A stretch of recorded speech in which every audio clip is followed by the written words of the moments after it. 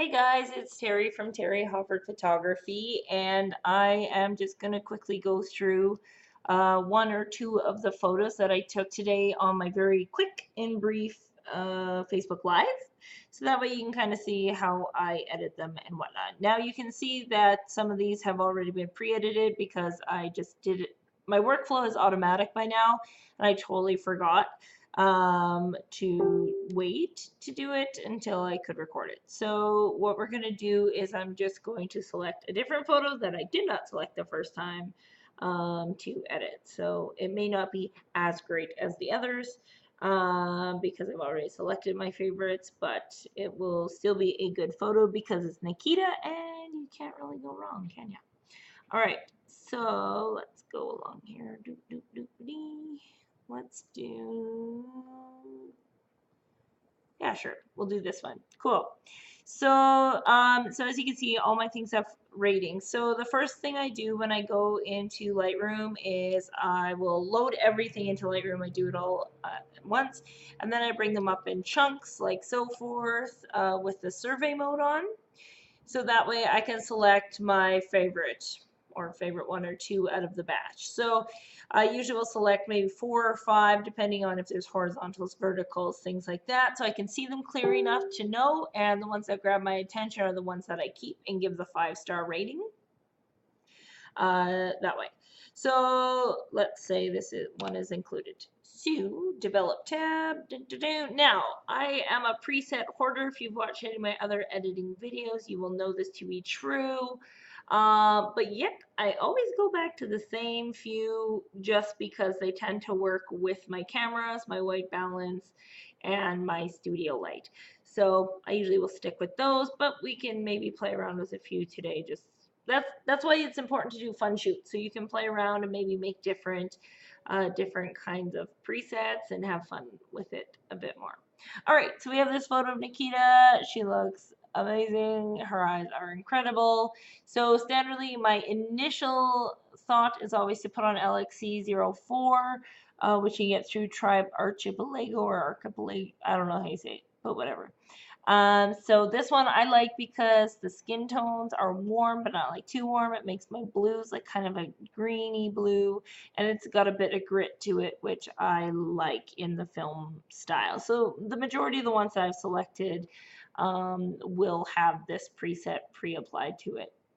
But some other ones that I really do enjoy is the Do More Wear Less. I find that it's just minimal enough that it provides like a really clean base for anything else I want to do in Photoshop. So it's nice. This one's a tweaked version, I do believe, of their studio preset. Let me go down to all theirs here. Yeah, so that's the regular, like their initial one that I get, and then tweaked and then created my own preset as a result. If you like more map style, they have that option. Yeah, they've got lots of different ones. If you don't like the orange skin tone, there you go. You can play with that. Great outdoors, clean earth. They got some really cool ones. Their black and whites are really nice. Actually, I tweaked their black and whites quite a lot because they're like nice contrast, but enough texture. Silver bath if you want to add like a nice cool tone. The water one is one of my favorites when I'm creating like more vintage inspired film aesthetic like 1970s, 1960s because it's got that nice cyan hue to it. And then you just warm it up a little bit to make it less greeny skin. So that's a good one. Nice and clean. That one's a bit too warm for me. Bring it home. Oh wait, let me reset this first.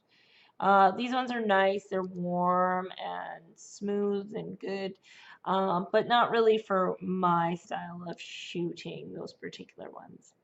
What other ones do I like? Oh, Ryan Longnecker ones. These ones I had. I like these ones because they provide really good dimension and contrast. But again, it's a bit dark and orangey for me, but I can change that by upping my exposure. And then I have like literally all the VSCO ones, but I find them actually really difficult to use for like client work. So they're fun to play with, but I don't really use it on my regular work because I don't know, it's just a bit. I haven't found one that, well, that one's nice, but I haven't found one that I'm like, yes, that's the preset for me. Like, I don't know. They're a bit too heavy for my taste. So yeah. So we're gonna go back here. The other ones that I have are Heck Yeah. They're also from the tribe Archipelago, or however you say that. I think if I or no, Ben Sasso's Heck Yeah ones. They're okay. They're again not as good as the LXC ones. So that's what we're gonna use. I have Twyla's. I just bought these ones the other day to try them out. A bit more contrast than what I personally like um, for this type of work. Like to use those. I just use them on like my family session, like my personal family session yesterday. And then I can't even remember where these ones came from, but these black and whites are nice. But again, not really in fitting for this. So ones that I've created, the more vibrant here. This one I just created. It's a more vibrant version of the LXC04. And another fun one I have is the Outdoor 70s. I believe this one was based off the water one of the Do More, Wear Less. Again, it's good and low like this, but again, you lose the whatever you call it, definition. So let's go to more vibrant because that's what I like. All right, so now I run everything through portraiture. So I do my preset first and then I edit in portraiture. So I'm just going to do the one, the rest of them have been there. And then we wait, and we wait, and we wait. Okay, so that image has been run through portraiture. Now my Lightroom has been doing a weird thing where if I don't have it selected as a particular color, like you can see it's red, I set the color label because what was happening was for some reason there was a bit of a bug where my portraiture would run through and then it would remove them from my tray. So I lost these photos and then I'd have to go find them and I don't have time for that. So this way, by me setting a color label, if I want to find them, I literally just have to click red, and it'll bring me all my red ones. That way we can export. So then I'll export that to Nikita's folder. So we'll go there and we wait. Cool. So now we're going to open Photoshop. Alrighty guys, so I've opened it up in Photoshop here and this is what it looks like after portraiture runs through. I like it because it just does enough smoothing on the majority of my pictures. I don't really have to change anything else as far as skin smoothing goes, and Nikita does her makeup always like phenomenally, so that's something else. If you can hire a great makeup artist or make sure your model is amazing at skin, then it's very little to no retouching. So what I'm doing here is I'm running frequency separation. You can see all my actions over here. I use the Julie Kuzmenko frequency separation, and I know there's a lot of people that are like, no frequency separation. That's so like 2005. I don't really care. It works for me. It makes my workflow extremely fast and efficient, and I know how it works, and I don't really have to think about it. I shoot about 10 to 15 shoots a month, which I'm slowing down a little bit as of next year because that was a little crazy, but I need to have a fast turnaround time, and I've made my workflow quite efficient so that way I can have my clients come in for the reveals a week after their photo shoot. So I'm not about to start messing with the way I do things now. So maybe next year when I have more time, I can spend more time learning new techniques like dodging and burning a bit more in depth than I currently do. So frequency separation, you can get this action. I know Jen Sweden has one, and there's a few other people. I think even Jen Rosenbaum, her website, you can buy one from her. Basically, it separates your image into two layers. One is textures, one is colors, and it allows you to work on one without affecting the other. So what I'm going to do is basically do a quick rundown of it here. I usually would spend a bit more time than I'm about to, but nobody's attention span is that long. So basically, I'm just evening out the forehead a wee bit here. Nice and easy. Getting rid of random highlights, evening out. Anywhere this is really good if your makeup artist isn't as detailed, and maybe there's a bit or not very much blending happening, you can make the blending happen. So that's nice. So we're just going to get rid of a few of the liney bits there, creases from makeup. Also, I sprayed Nikita's hair, so that, you know, maybe affected the makeup, but I don't think so. It seems pretty good.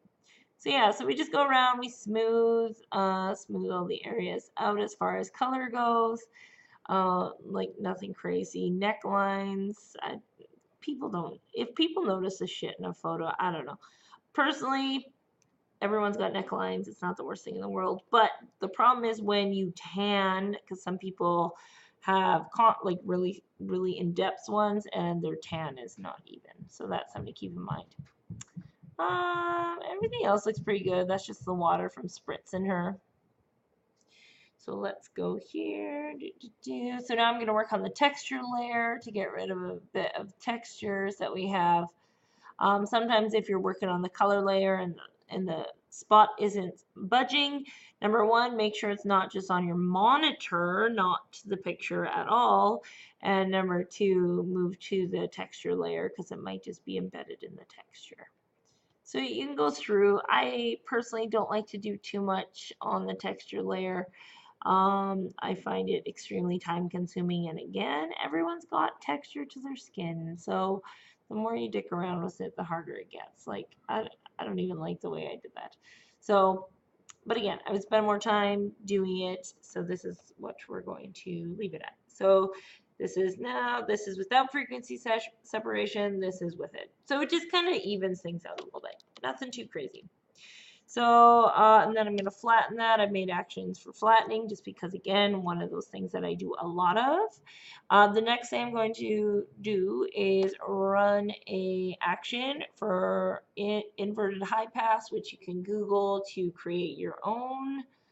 And it essentially does the same thing, I believe, that portraiture does. It just gives me a final glaze, if you will, over the skin. More so for my... what do you call it? For client work, it blends things together, and now you're gonna be like, oh my god, like that's so much Gaussian blur. Yes, for the moment it will be, because like I'm gonna show you, we blend it together, it blends it really bad. We don't need that much, so we're gonna get rid of that. But what it does do is it will be at 100%, and now we bring it down to like, I don't know, you should bring it down to like 20% for this particular action. And that is that. So now we can leave it there. Like, I think it looks pretty good. I've created another action as well just to do some dodge and burn, but I do not do in-depth dodge and burn. I do like put the highlights where the highlights are, just accentuate those. So I made two curves layers, one which is highlights, and then I inverted the layer, and then I made another one which was the shadows, and I inverted that. And you'll see in a minute here. I know this looks weird right now, but you know what? It makes a big difference. Like a small amount makes a big difference, as anybody will tell you. Like you can obviously, if I left it like this, you'd be like, what the hell, Terry, are you doing? And now I'm gonna blur this out well, wait. So if it goes too much, it'll go into other parts. So I bring it down a wee bit. But I can also just paint it back in. It's not the end of the world. So we're going to leave that.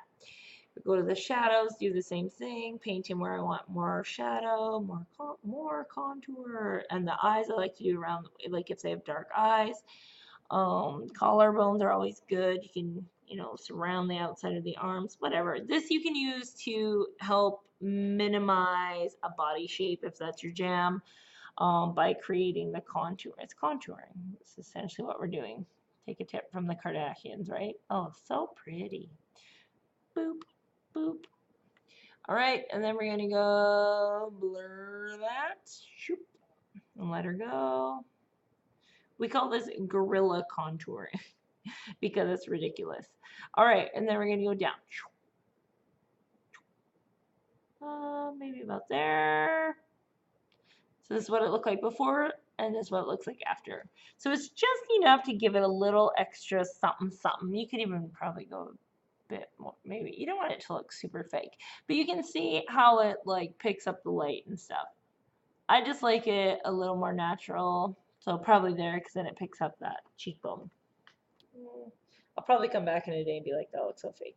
But anyways, that is how you do curves to kind of give it that. You can also actually use curves just by dicking around with this thing. I find this way too tedious and too like extreme. But again, using your opacity, you can bring it up or down depending on your preference. You can do like change the blending mode helps as well. You can see like that makes a bit of a difference as far as what it is bringing out. You know, it depends on your preference. There's so many ways to do anything that you just got to find the way that works for you and do it regardless of what other people say. Make sure it works for you. So now, if I wanted to change colors or things like that, I like to play around with Lara Jade's fashion actions. I don't know if they still exist online, but I've managed to keep them this long because they are really nice. They give me that nice, I don't know, the color scheme that my work has become known for, at least in my parts of the world. And hers are really good for creating dimension and without me having to do the dodge and burn. So you can see what they're made up of and how they work and stuff like that, which I like. And again, if you're like, oh no, that's too much, we just simply bring her down a smidge. Easy peasy. Yeah, so that is that. So let's see what it looked like before, like once we got it in here.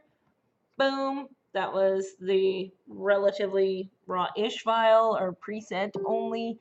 And then this is after we get finished with it in Photoshop. Yeah, so that is Nikita looking banging. She is fierce and amazing and beautiful at every single stage of what we just did here. So yeah, go show her some love on her model page if you can. You'll see some more of these photos showing up there as I send them her way. But thanks, guys, and hopefully that helped. Bye.